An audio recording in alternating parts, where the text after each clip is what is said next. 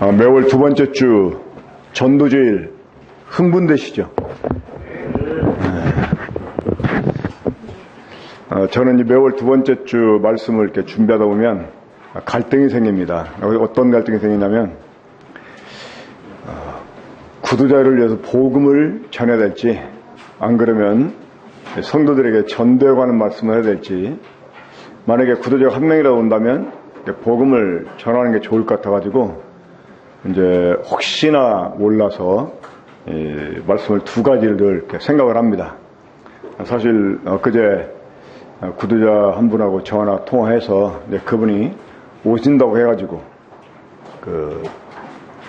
사실 복음을 준비를 했었는데 오늘 그분이 안 오셔서 복음보다는 성도들을 위해서 이 전도에 관한 말씀하는 게 좋겠다 이렇게 생각이 듭니다. 물론 오늘 이곳에 구두자 두 명이 있습니다. 우리 주온이하고 그리고 이준이 둘이 구두자가 있는데 아직 하나님 말씀 듣기엔 너무나 어려서 복음을 전할 수가 없어서 오늘 전도에 관한 말씀 좀 나눠야 될 것 같습니다. 자, 우리 함께 로마서 10장 13절부터 좀 보겠습니다. 로마서 10장 13절부터 15절까지 우리 함께 성경을 좀 읽도록 하겠습니다. 자, 로마서 10장 13절부터 15절까지 우리 함께 찾아서 읽도록 하겠습니다. 찾았으면 함께 읽겠습니다. 자, 시작. 누구든지 주의 이름을 부르는 자는 구원을 받으리라. 그런즉 그들이 믿지 않은 이를 어찌 부르리요? 듣지도 못한 이를 어찌 믿으리요? 전파하는 자가 없이 어찌 들으리요? 보내심을 받지 아니했으면 어찌 전파하리요? 기록된 바 아름답도다 좋은 소식을 전한 자들의 발휘함과 같으니라.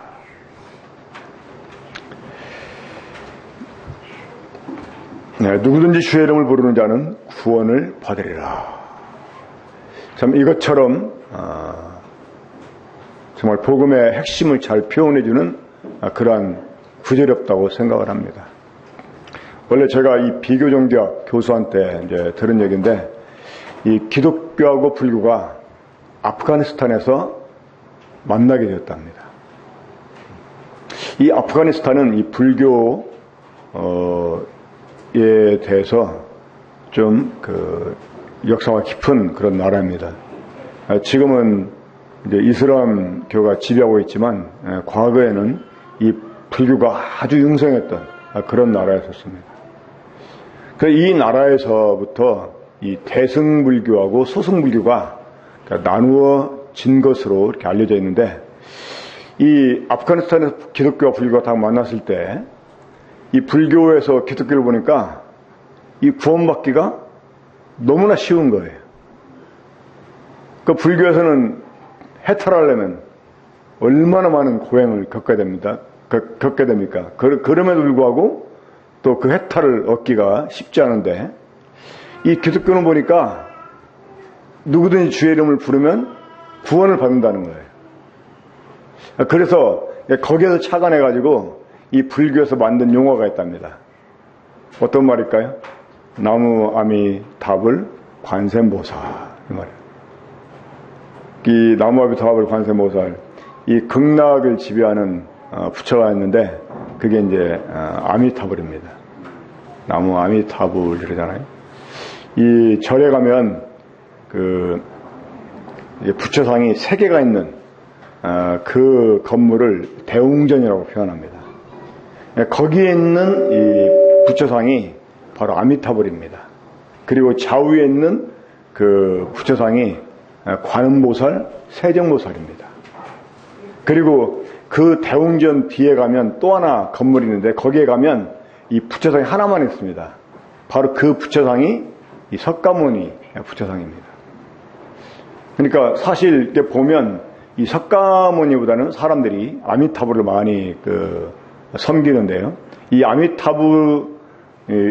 이 이름을 많이 부르면 그 아미타불이 관음보살하고 세정보살을 보내가지고 사람들을 구원해 준다 하는 그 의미에서 이제 사람들이 나무 아미타불 관세음보살 이렇게 말한다고 하는 거예요.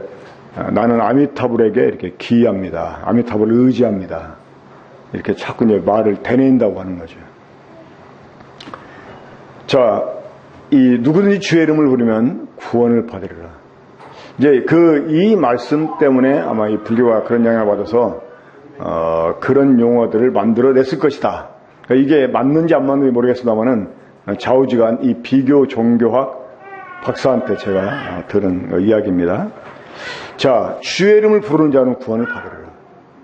자, 선언은 정말 이 율법적인 배경에서 봤을 때 정말 복음입니다. 굿뉴스죠. 이 누구든지 주의 이름을 부르면 구원을 받으라. 자, 이 구원받는 길이 얼마나 쉽습니까? 물론 이 당시에는 주의 이름을 부른다는 것이 쉽게 불러질 수 있는 것은 아니었죠. 이 당시 주님 이름을 잘못 부르면 죽을 수도 있는 그런 환경이었기 때문에, 물론 이 주의 이름을 부른다는 것이 쉬운 일은 아니었습니다. 하지만 지금 이 로마서 10장 13절 말씀은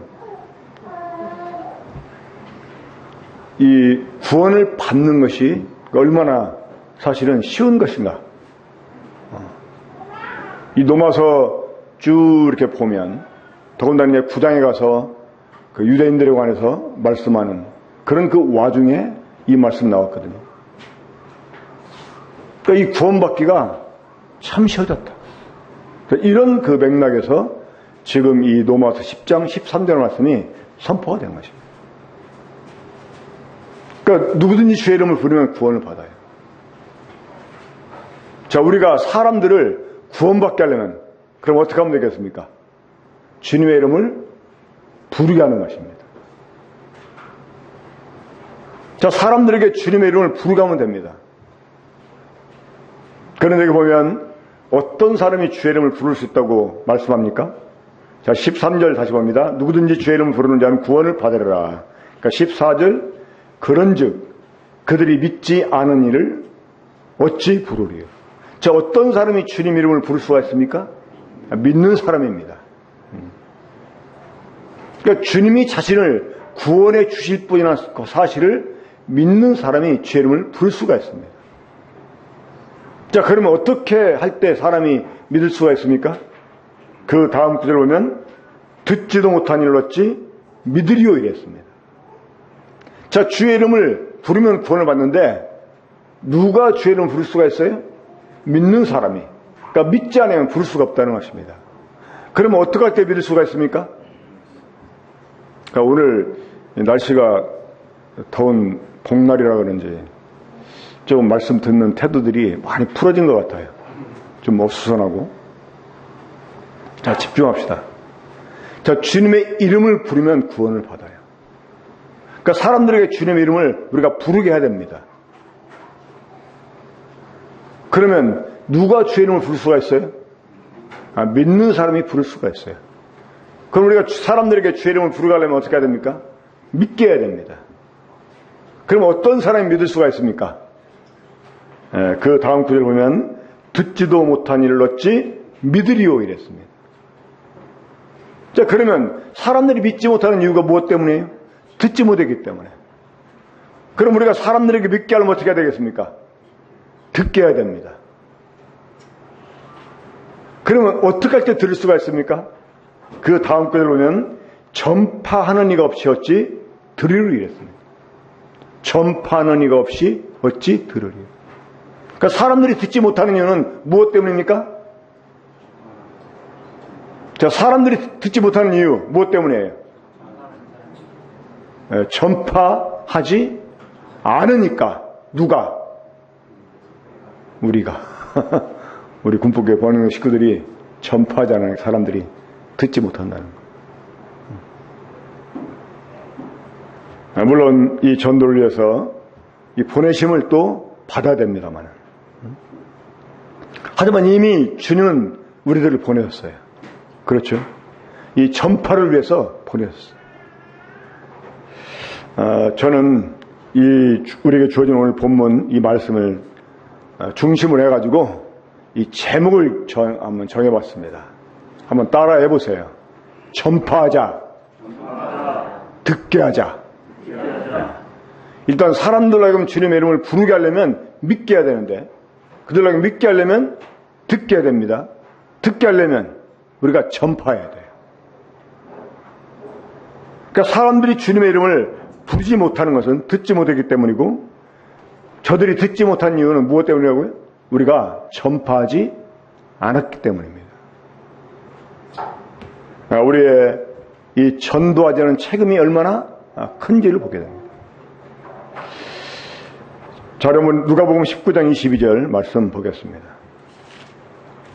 오늘은 제가 새로운 어떤 말씀을 하려고 하는 게 아니고 이미 우리가 다 아는 말씀이지만 전도를 위해서 다시 우리들의 마음을 각성시키려고 하는 이런 의도에서 말씀을 나누려고 합니다. 그래서 성경 구절을 좀 많이 찾아보면 좋겠습니다. 누가복음 19장 22절입니다. 우리 주님이 이 문화에 관한 비유를 말씀하시면서 하신 말씀인데, 자, 누가복음 19장 22절 함께 읽겠습니다. 시작. 주인이 이르되 악한 종아, 내가 내 말로 너를 심판하노니 너는 내가 두지 않은 것을 취하고 심지 않은 것을 거두는 엄한 사람인 줄로 알았느냐. 자, 우리 주님은 심지 않는 데서 거두는 그런 분이 아니십니다. 우리가 때때로 주님의 전지하심, 주님의 전능하심을 오해해가지고 우리가 뭔가를 하지 않아도 다 주님이 하실 것처럼 생각하고 말할 때가 있습니다. 옛날에 제가 제주도에서 장로교에서 목회할 때였는데, 그때 주일학교 부장이었던 집사였는데 저한테 그러더라고요. 저는 이렇게 기도를 많이 또 오래 안 한대요. 어떡하냐 그랬더니, 하나님 다 아시죠? 믿습니다. 이런다는 거예요. 그게 정말 믿음일까요? 하나님 다 아시죠? 믿습니다. 아빠 다 알죠? 믿습니다. 그래, 네가 뭔가 필요한 거 다 알아. 하지만 달라고 했는데 막 줍니까?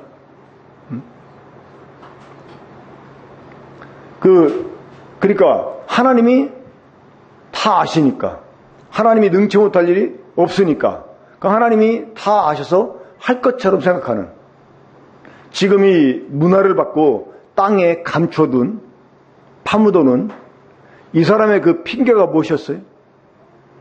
주님은 엄한 사람이라, 심지 않아서 거두 해치 않아서 모으는 그런 분이라고.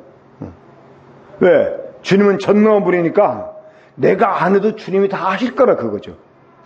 하지만 이것은 주님에 대해서 오해한 것이죠. 주님은 분명하게 심은 데서 거두시는 그런 분이라고 하는 것입니다. 이 사람들이 구원을 받지 못하는 것은 우리가 전도하지 않기 때문입니다. 이 구원의 열매가 교회 가운데 더해지지 않는 그 이유는 간단합니다. 사실 우리가 전도하지 않았기 때문이에요. 자, 우리 에스겔 보겠습니다. 에스겔 3장인데요.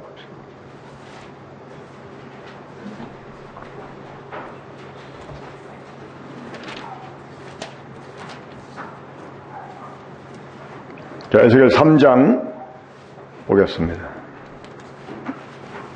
3장 17절부터 봅니다. 하나님께서 에스겔 선지자에게 하신 말씀은 동일하게 지금도 우리에게 하시는 말씀입니다. 자, 에스겔 3장 17절부터 봅니다. 인자야, 내가 널 이스라엘 족속의 파수꾼으로 세웠으니 너는 내 입의 말을 듣고 나를 대신하여 그들을 깨우치라. 가령 내가 악인에게 말하기를 너는 꼭 죽으리라 할 때 내가 깨우치지 아니하거나 말로 악인에게 일러서 그의 악한 길을 떠나 생명을 구원하게 하지 아니하면 그 악인은 그의 죄 중에서 죽으려니와 내가 그의 핏값을 내 손에서 찾을 것이고 내가 악인을 깨우치되 그가 그의 악한 마음과 악한 행위에서 돌이키지 아니하면 그는 그의 죄 중에서 죽으려니와 너는 내 생명을 보존하리라. 또 의인이 그의 공의에 돌이켜 악을 행할 때에는 이미 행한 그의 공의는 기억할 바 아니라 내가 그 앞에 거칠음을 쏟으면 그가 죽을지니 이는 내가 그를 깨우치지 않음이니라. 그는 그의 죄 중에서 죽으려니와 그의 핏값은 내가 내 손에서 찾으리라. 그러나 내가 그 의인을 깨우쳐 범죄하지 아니하게 하므로 그가 범죄하지 아니하면 정령 살리니 이는 깨우침을 받으며 너도 내 영혼을 보존하리라. 이 사람을 살리고 죽이는 것에 관한 책임은 우리한테 없습니다. 또한 그런 능력이 우리에게 없습니다. 하지만 우리에게 있는 한 가지 책임 무엇입니까? 하나님의 말씀을 전파하는 것입니다. 그러니까 사람들이 듣든지 아니 듣든지 그들이 믿든지 아니 믿든지 우리가 하나님 앞에 해야 될 일 무엇이라고요? 이 하나님 대신해서 말씀을 전파하는 것입니다. 또 우리 잠언 24장 11절을 보겠습니다. 구약성경 잠언 24장 11절을 보겠습니다.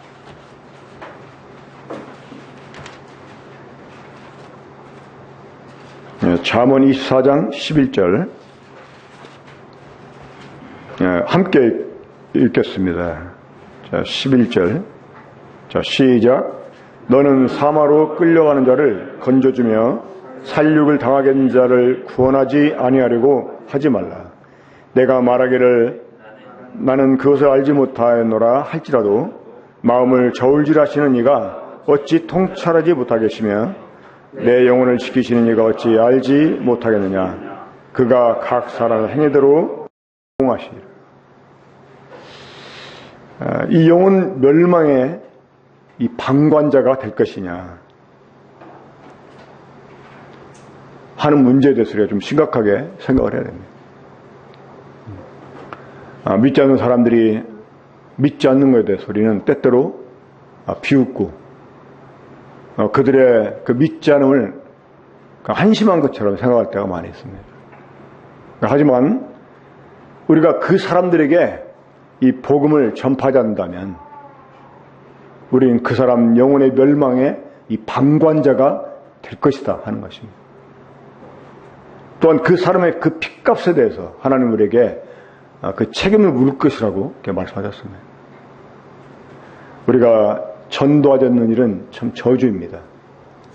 이 사도 바울은 이 복음을 전하지 않으면 내게 저주가 있을 것이라고 말씀을 했습니다. 자, 그러면 이제 우리가 이 전파를 해야 되는데 무엇을 전파해야 될 것인가 하는 이 문제 좀 말씀드리겠습니다. 자, 우리 한번 이사야 40장 보겠습니다. 하나님께서 선지자에게 너는 외치라 이렇게 말씀하십니다. 그때 선지자가 무엇이라 외치리까라고 물을 때 하나님이 그에게 말씀하십니다. 자, 이사야 40장.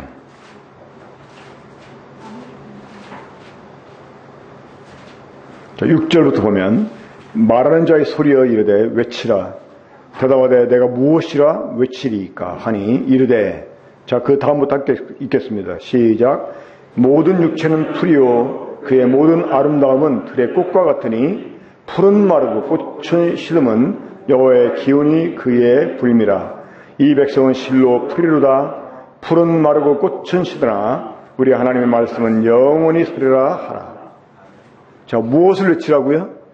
모든 육체는 풀이라고 하는 것입니다. 자, 이 모든 육체는 풀이다. 이것을 외치라고 했습니다. 자, 이 모든 육체는 풀이다. 결국은 무엇을 외치라는 말입니까? 인생은 헛되다는 것. 세상은 헛되다는 것. 영원하지 않다는 것. 언젠가 끝날 거라는 것. 이것을 외치라는 말입니다. 우리가 이 복음을 전할 때 사람들에게 이 죽음에 대해서 먼저 얘기하는 것 굉장히 효과가 있습니다. 한번 아주 오래전에 한 나이 드신 형제를 초청해서 전도 집회를 할 때였었습니다. 첫날 이분이 죽음에 관한 이야기를 쫙 꺼냈어요. 그것도 실제로 자기 관련된 사람의 그 죽음에 대해서.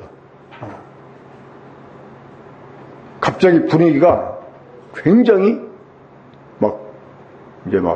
이 말씀에 몰두가 되고 사람들이 다 긴장하는데 듣더라고요. 그래서 제가 속으로 참 분위기 좋다 이랬는데 이 양반이 갑자기 그렇게 하다가 오히려 그런 분위기를 만들어 놓고 복음을 전해야 되는데 갑자기 첫날부터 분위기가 왜 이러냐 이러면서 확 분위기를 스스로 깨더니 그때부터 분위기가 안 잡히더라고요. 그때 전도협회 속된 말로 망쳤습니다.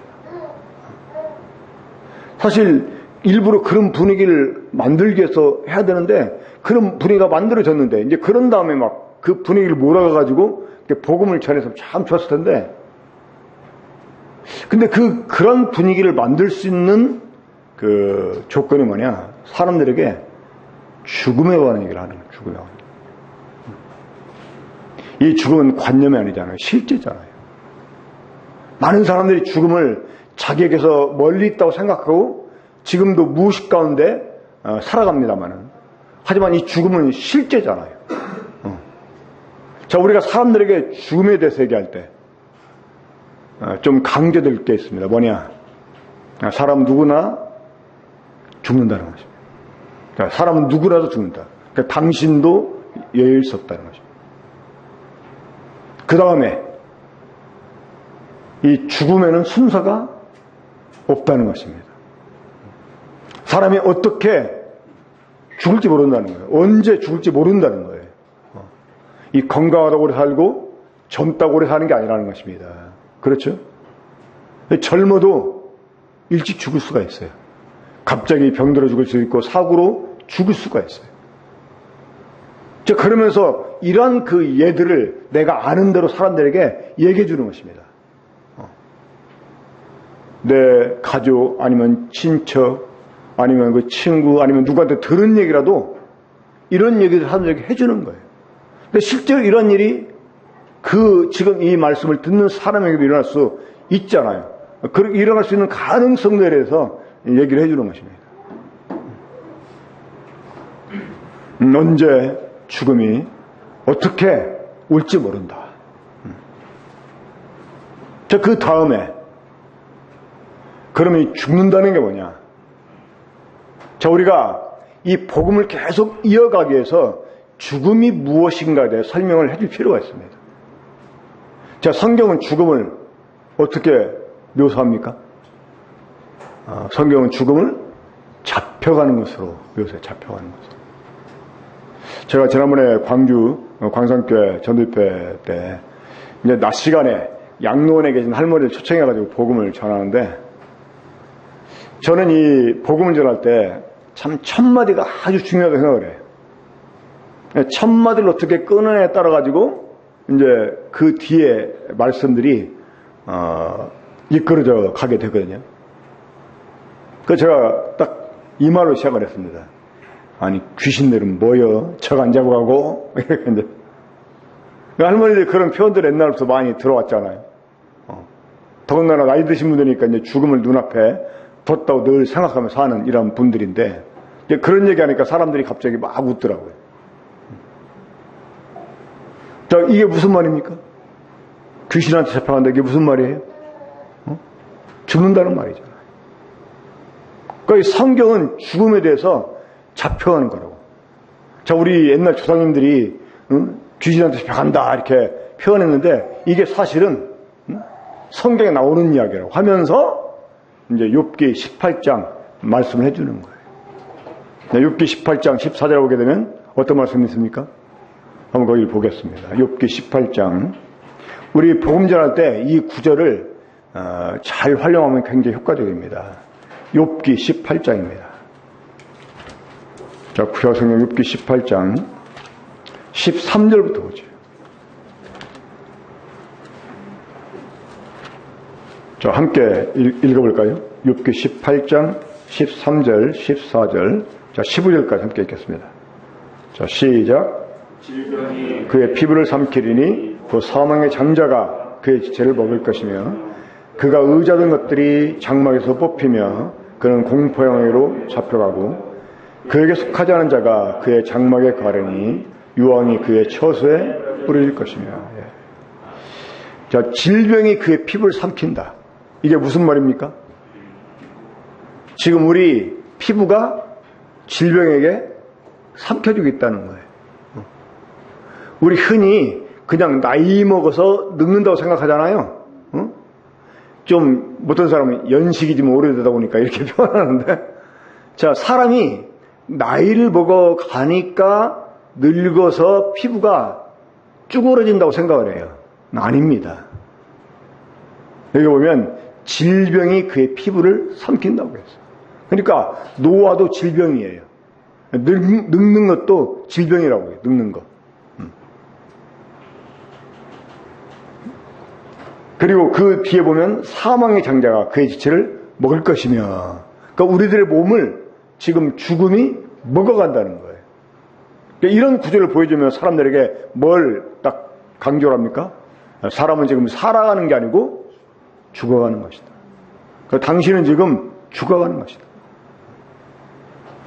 우리 사람이 살아가는 게 아니라는 거, 지금 죽어가고 있다는 거, 이걸 이제 사람들에게 일깨워줄 필요가 있습니다.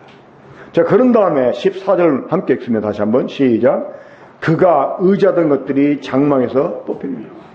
자, 성경은 사람들의 몸을 무엇으로 묘사했어요? 장막이라고. 장막이 뭡니까? 영어로 텐트입니다. 텐트. 그러니까 지금 우리들의 몸은 텐트라는 거예요. 그러면 집이 중요해요? 집 안에 사는 사람이 중요해요? 집 안에 사는 사람이 중요하잖아요. 그러니까 우리들의 몸은 집이야. 그리고 이 몸 안에 진짜 사람이 살고 있다는 거예요. 그것을 뭐라고 그래요? 그걸 영이라고 그래요. 다른 말로 영혼이라고 우리가 표현하죠. 자, 이런 설명을 사람들에게 해주면서 이 죽음이라는 게 뭐냐? 우리 몸 안에 살던 영이 몸에게서 뽑혀서 그 다음 구절을 보면 어떤 말씀이 있습니까? 그는 공포의 왕위로 잡혀. 그러니까 죽음은 잡혀가는 거예요. 우리 몸 안에 있는 영이 뽑혀가지고 언제 이 장막이 무너질 때, 이 질병이 우리 피부를 삼키죠. 이 죽음의 장자가 우리 지체를 지금 먹어가고 있죠. 그러니까 사람은 지금 언제가 죽는단 말이에요. 이 장막은 무너지게 돼 있어요. 이 무너지는 장막 속에 있던 영이, 그게 바로 나라고 하는 실체인데, 이것이 뽑혀가지고 무서운 왕한테 잡혀간다는 거예요. 죽음이 뭐냐? 잡혀가는 거예요. 그러면서 이제 이 죽음을 잡혀가는 거라고 표현하면서 이제 일러줄 말이 있죠. 자, 어떤 말입니까? 일반적으로 어떤 사람이 붙잡혀가죠? 죄를 지은 사람입니다. 범죄한 사람. 그래서 자, 그러면 형사가 범죄한 사람 붙잡아다가 딱 가둬놓고 뭐 합니까?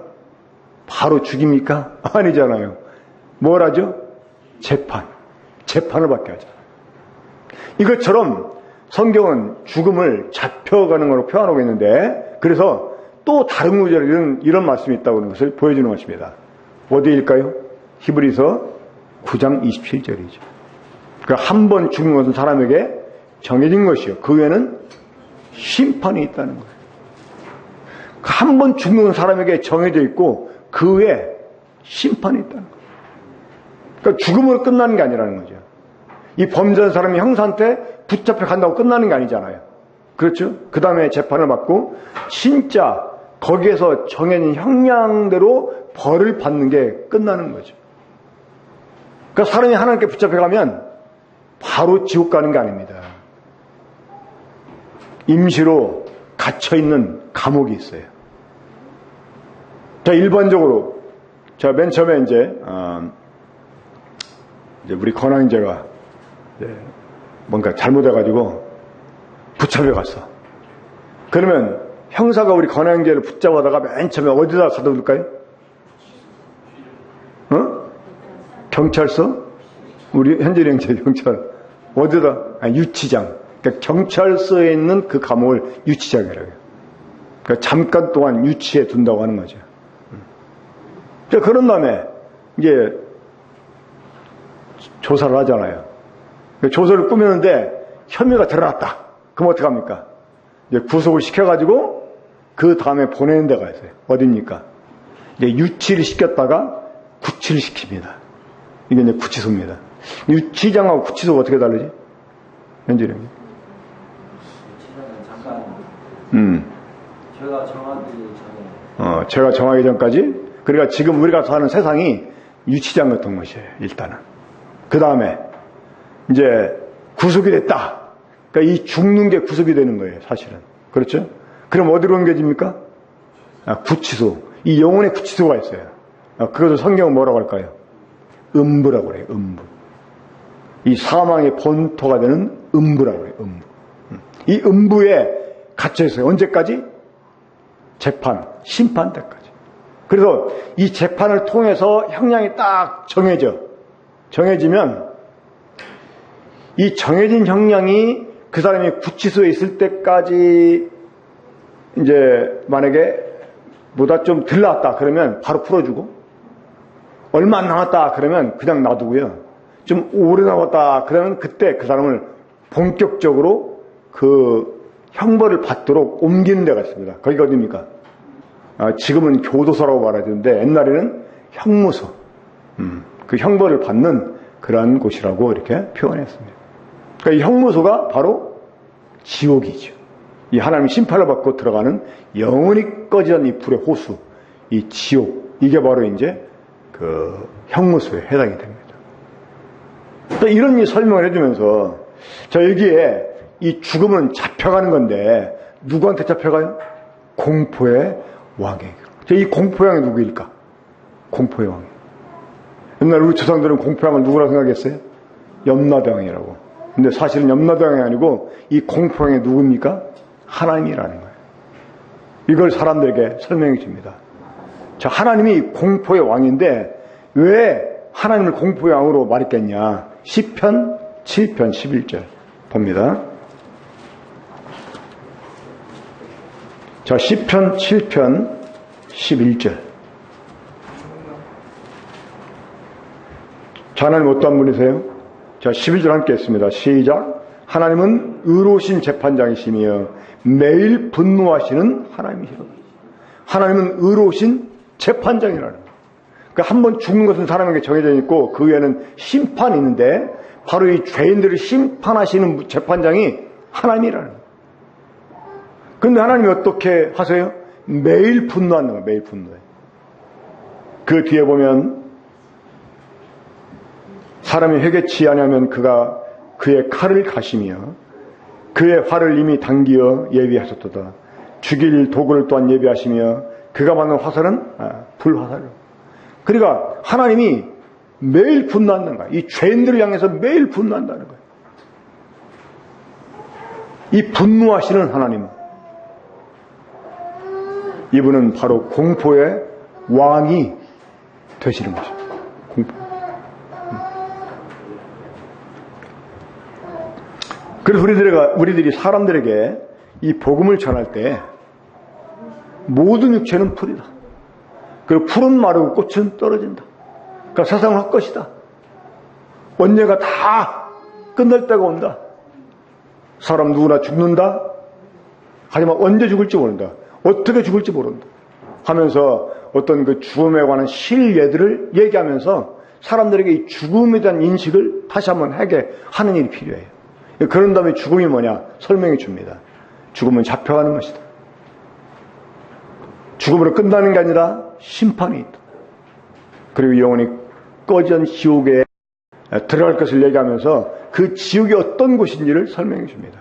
자, 여러분 지옥이 어떤 곳입니까? 마가복음 9장을 보면 지옥에 대해서 우리 주님이 이렇게 말씀하십니다. 자, 마가복음 9장 보겠습니다. 자, 마가복음 9장 48절. 거기에서는 구더기도 죽지 않고 불도 꺼지지 아니하느니라. 사람마다 불러서 소금치탐을 받으리라. 이 지옥에서는 구더기도 죽지 않는다. 이 말은 무슨 의미일까요? 거기는 하찮은 것이라도 죽는 일이 없다는 거예요. 그러니까 이 지옥은 영원한 곳이다. 이걸 말씀하고 있는 거예요. 지옥에 구더기가 있다 하는 말이 아니고요. 이 구더기도 죽지 않는다. 이거는 구더기를 하찮은 건데 지옥에서는 결코 죽지 않는다. 그건 죽지 않고 영원히 형벌을 받게 된다. 이걸 말씀하는 거예요.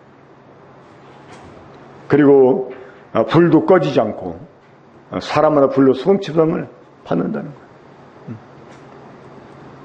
이 지옥이 얼마나 끔찍한 곳인지를 이렇게 설명해 줍니다. 자, 그런 다음에 우리 이제 요한복음 16장 9절 보겠습니다. 자, 요한복음 16장 9절.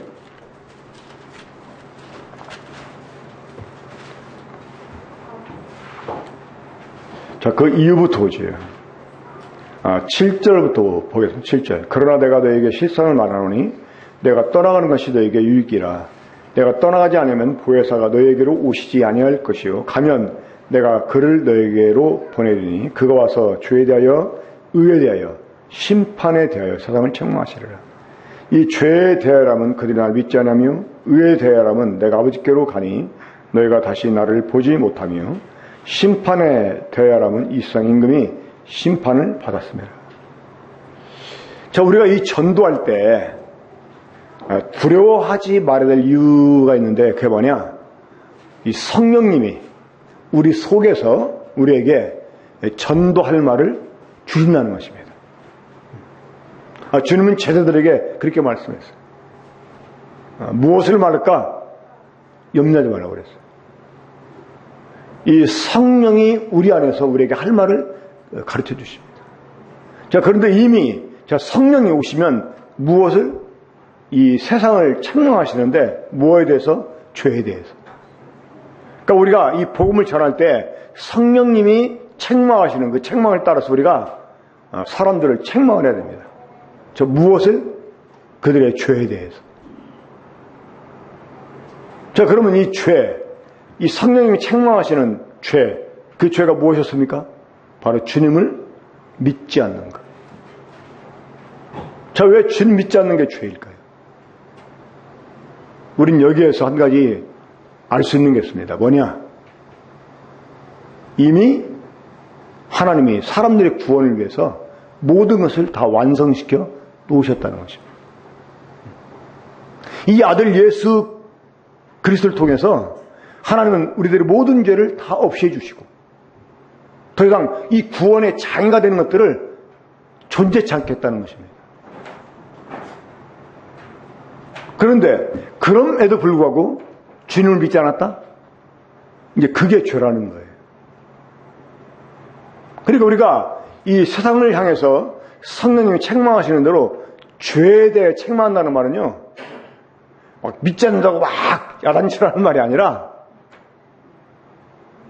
이미 더 이상 죄는 문제가 되지 않는다는 것, 이걸 말하는 거예요. 더 이상 누구라도 죄 때문에 지옥 갈 일이 없다, 이걸 말하는 거예요. 이미 하나님께서는 우리 모두에게 구원받을 기회를 주셨다는 거예요. 이걸 말하는 거예요. 그럼에도 불구하고 안 믿었다? 그게 죄라는 거. 이 부분을 얘기하라는 것입니다. 그리고 의에 대해서는 뭐라고 주님 말씀하셨어요? 주님이 아버지께로 가기 때문에 더 이상 그들이 주님을 볼 수 없다는 것. 우리 주님이 하늘에 올라가셨다고 하는 것은요, 이제 모든 걸 다 완성하고 다 이루시고 다시 이제 복귀하신 거잖아요. 이런 말씀이 사실 다니엘 9장에 이 70일에 관한 말씀을 할 때 이 메시아가 끊어져 없어질 것에 관한 말씀이 나오는데 주님이 지금 그거에 관해서 말씀하고 있는 것입니다. 그러니까 메시아가 초림해가지고 끊어져 없어져요. 끊어져 없어진다면 사람들이 볼 수 없다는 말입니다. 이 세상에 존재하지 않는다는 것입니다. 그러니까 주님이 아버지께로 가셨다는 거예요. 자, 지금 우리 주님이 아버지 편에서 뭘 하고 계십니까? 앉으셨잖아요. 앉으셨다는 말은 다 일을 끝마쳤다는 것입니다, 사실은. 그러니까 이것 역시 이 복음은 하나님이 우리를 위해서 무언가 더 큰 일을 하실 것이다. 이게 아니고 복음은 이미 하셨다는 것입니다. 그러니까 주님이 하늘에 올라갔다는 말은 이미 다 완성했다는 거예요. 그리고 세 번째 심판에 대해서 주님이 책망하신다고 그랬는데 이 심판은 또 무엇입니까? 누구를 심판했어요? 이 세상 임금을. 그러니까 이미 심판이 지나가 버렸다는 거예요. 다시 말해서 성령이 오시는 이유가 뭐냐? 우리 주님을 증거하시기 위해서 오신 거잖아요. 그 주님이 다 이루었다는 거예요. 이 다 이루어진 사실을 믿지 않는 것, 이것이 죄라는 거예요. 이걸 믿는 게 의이고 주님 안에서는 이미 심판이 지나가 버렸다는 것, 이미 다 하나님이 이루셨다는 것, 이걸 전하는 것이 바로 이 복음을 전하는 것입니다. 우리가 주님을 전할 때 이런 그 사실들, 그러면서 주님의 십자가와 부활을 우리가 분명하게 제시하고, 그리고 이제 주님을 믿음으로 구원을 받을 수 있는데 이것이 우리에게 주어진 구원의 마지막 기회다. 그러니까 이걸 믿지 않는다면 사람은 더 이상 구원의 길이 없다. 이것을 우리가 전해야 되는 것입니다. 그러니까 마지막으로 이제 시간이 많이 지났지만 어떻게 전할 것인가 하는 부분. 어쩌면 우리가 전도하는 데서 이런 부분을 가장 더 궁금하게 여기지 않을까 이렇게 생각을 합니다. 이거는 이제 제 경험을 바탕으로 말씀을 드리자면, 먼저 우리가 전도를 하기 위해서 해야 될 일이 있습니다. 어떤 일일까요? 기도하는 일입니다. 먼저 주님이 나와 함께 해주시고 나를 통해서 말씀해 주시길 위해서 기도해요. 그런 다음에 우리가 또 기다리겠습니다. 뭐냐? 이 말씀을 들을 사람, 주님이 그 사람의 마음을 아실 텐데 그 사람 마음을 열어주시고 이 말씀을 들을 수 있게 해달라고. 그리고 그 사람 마음을 아시는 주님이 나를 통해서 그 사람에게 합당하게 말할 수 있게 해달라고 기도하는 것입니다. 그러면 세 번째, 주님이 나에게 말씀을 주시도록 기도해야 돼요. 그러니까 주님이 나를 통해서 말씀해 주시길 위해서 기도하는 것만 아니라 내게 말씀을 주시고, 그리고 담대하게 입을 벌려서 복음의 비밀을 말할 수 있게 해달라고 기도하는 것입니다. 자, 그런 다음에 어떻게 해야 될까요? 마지막으로 하나 더 해야 될 기도가 있습니다. 뭐냐? 이 마귀의 역사를 막아주시도록. 마귀가 꼭 방해합니다. 보면 갑자기 암도 막 전화 오고 막 그 사람 갑자기 막 머리 아프게 하고, 그래. 이 복음 전하다 보면요 막 골치 아프다는 사람들이 있어요. 머리가 막 무겁다고 막 이렇게 말하는 사람이 있어요. 이 마귀의 역사를 막아주도록 기도해야 됩니다. 자, 두 번째, 우리가 이제 어떻게 복음을 전할 것인가 할 때 기도를 하면 이제 우리가 가서 말을 걸어야 되잖아요. 그러니까 말을 걸을 때 먼저 이 대화를 시작할 수 있는 어떤 접촉점을 찾아요. 접촉점. 자, 오늘 같은 경우 우리가 전도하러 가서 사람들을 만났다. 그럼 어떻게 이 대화를 시작할 수 있을까요? 네. 요즘 많이 덥죠. 왜 이렇게 더울까요? 이거 뭐 동남아보다 더 더운 것 같아요? 그럼 그 사람이 뭔가 반응할 거 아니겠습니까? 이제 그럴 때 어떻게 해야 될까요? 일단은 이 접촉점을 찾는 거예요. 우리 주님이 그 사마리아를 지나갈 때 우물가에 이제 앉으셨잖아요. 자, 그때 이 사마리아 여자가 옵니다. 자, 이 사마리아 여자에게 주님이 복음을 전하기 위해서 이제 이 접촉점을 찾으세요. 자, 그 어떤 것으로 접촉점 찾았습니까, 우리 주님이? 자, 그 여자한테 물을 달라고 말씀하신 거예요. 물을 달라고. 사실 주님이 물을 마시고 싶어서 물 달라고 한 건 아니잖아요. 그 여자가 이제 물을 안 줬습니다. 그렇죠? 막 좀 약간 뻗튀기면서 물 안 줬습니다. 근데 주님이 뭐라고 말씀해요? 주님 물 달라고, 물 마시고 싶어 물 달라는 게 아니기 때문에 주님은 그 여자가 뻗튀기든 말든 상관치 않았습니다. 그러면서 오히려 엉뚱한 말씀을 하세요. 그 여자 듣기에는 뭐라고 말씀했어요? 네가 지금 물을 달라고 하는 내가 누군지 알았다면 네가 나한테 물을 달라고 했을 것이다.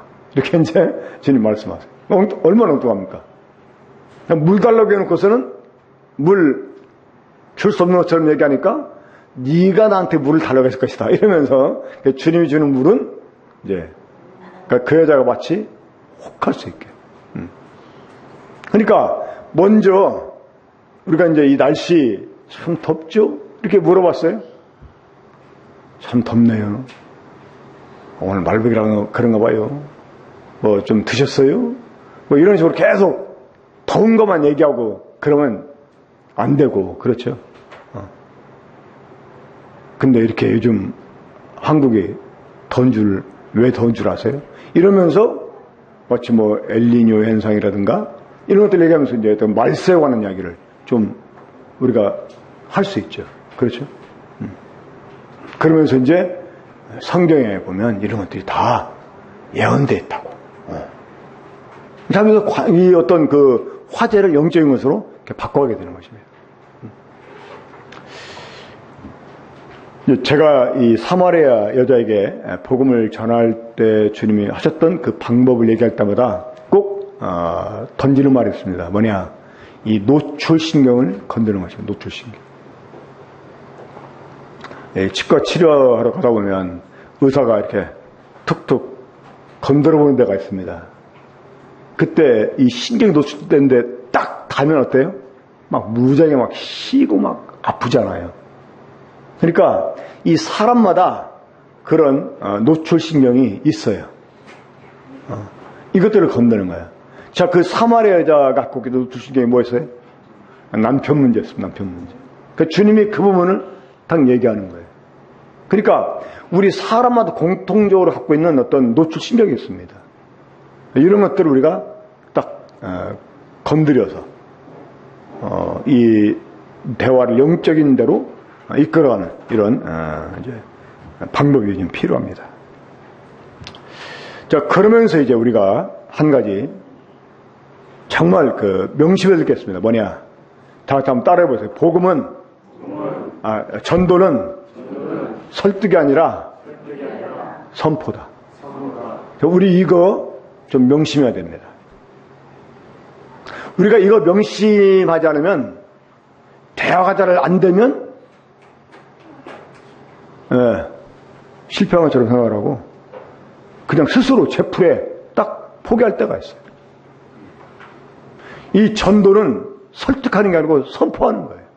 그러니까 일단 그 복음을 전할 이런 이제 딱 단계에 이르렀다 그러면 이제 주저함 없이 선포해야 되는 거예요. 선포. 그것도 아주 확신 있게. 제가 옛날에 아주 오래전에 그 대전에 여자동교회 그 제자훈련을 위해서 2달 정도 매 주일마다 내려갔었어요.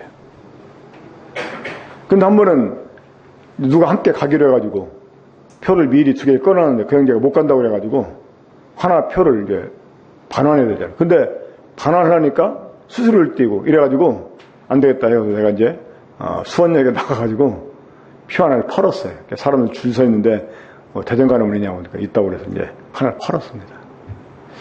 근데 와서 보니까 내 자리에 누가 앉아있는 거예요. 그래서 이 자리 내 자리라고 일어나달라고 그 사람이 날 빤히 보더니 표 한번 보여달래. 보여주니까 제가 날짜를 잘못해가지고 내일 걸로 끊어놓은 거예요. 내일 걸로.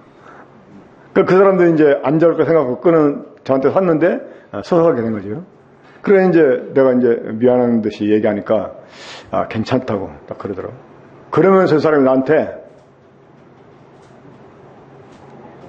포교, 그러니까 우리말로 하면 전도죠. 이 포교를 딱 시작하더라고. 그러니까 뭐래 대순진리에 이 젊은 사람인데 대순진리에 무슨 목사급 되는 이런 사람이었어요. 나한테 뭐 하냐고. 그럼 물어보더니 이제 딱 포기하려고 하더라고. 그러면서 아주 그냥 확신에 차가지고요. 하나님 믿으십니까? 하나님 안 믿으세요? 그러면 정말 하나님 없다고 생각하세요? 굉장히 도전적으로.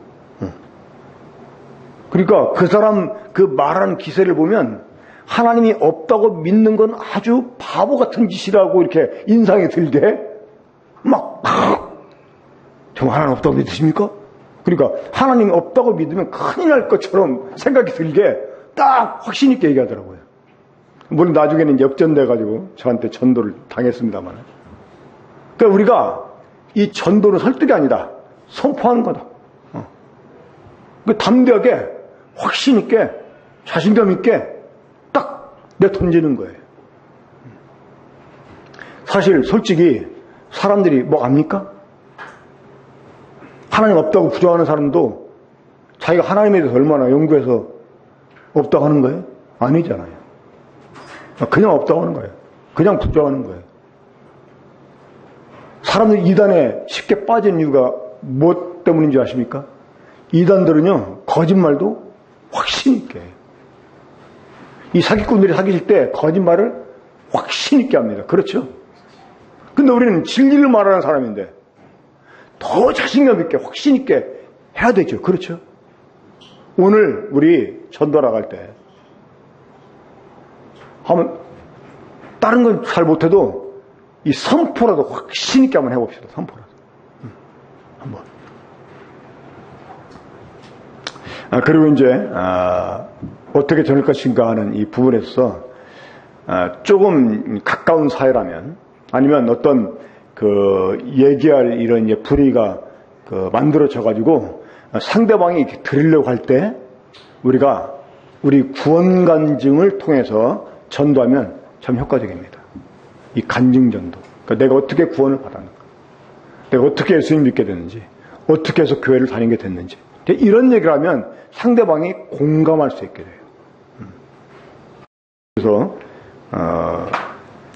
아무튼 그런 일을 통해서 사람들이 주님을 믿든 아니 믿든 일단 우리는 복음을 전파했다 그러면 우리 할 일을 일단 한 것입니다. 물론 이제 우리가 복음을 전하는 목적이 그 사람이 구원을 받는 것이었기 때문에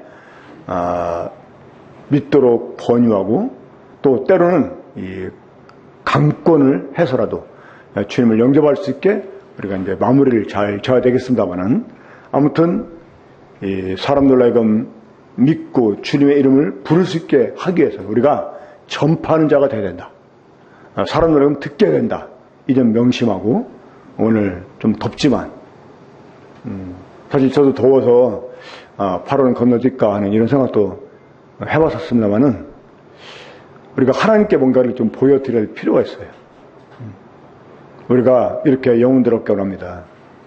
우리 군폭교회 좀 부흥하고 성장하기 원합니다. 뭔가 이런 의지를 좀 보여줘야 될 필요가 있다 이렇게 생각이 들어서 더워도 오늘 오후에 나가서 전도를 한번 해볼까 생각을 합니다. 원래 전도주일에는 말씀을 좀 길게 전하고 그리고 그룹 토의를 하지 않는데 오늘은 좀 그룹 토의를 하는 시간 갖도록 하겠습니다. 전도에 관한 말씀 들었는데 우리가 어떤 마음가짐을 가져야 될지 서로 이렇게 교제를 통해서 주고받으면서 우리가 격려를 받았으면 좋겠다 이렇게 생각이 듭니다. 기도하겠습니다.